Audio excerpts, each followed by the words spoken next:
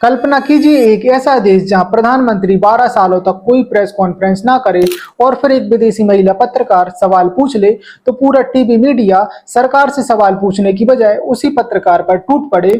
और सबसे बड़ा ट्विस्ट, उसे पत्रकारिता सिखाने निकले हैं वो लोग जिन पर खुद पक्षपात, प्रोपोगंडा, यहाँ तक कि उगादी जैसे आरोप लग चुके हैं। हाल ही में नॉर्वे की पत्रकार हेली लेंग ने भारत के प्रधानमंत्री नरेंद्र मोदी से सवाल पूछने की कोशिश की। बस इतना होना था कि पूरा गोदी मीडिया आग बबूला हो गया। सुधीर चौधरी से लेकर अंजना ओम कश्यप और अशोक श्रीवास्तव सभी सामने आ जाते हैं। लेकिन असली कहानी यहाँ शुरू होती है, ध्यान से सुनिए। जिस देश में 12 सालों में प्रधानमंत्री ने एक भी प्रेस कॉन्फ्रेंस नहीं की, जहां पत्रकारों को बिना तय सवालों के सीधे सवाल पूछने का मौका नहीं मिलता। आप अपनी जेब में पर्स रखते हैं क्या? पर्स रखते हैं क्या? बटुआ। वहीं एक विदेशी पत्रकार ने हिम्मत करके सीधा सवाल पूछ लिया तो पूरा मीडिया सत्ता से जवाब मांगने की बजाय उसी पत्रकार की क्लास लेने लगा। अब दूसरी तरफ नॉर्वे को देखिए, वो देश जो प्रेस फ्रीडम में दुनिया में सबसे ऊपर गिना जाता है। इधर भारत प्रेस फ्रीडम इंडेक्स में 157 नंबर पर पहुंच गया।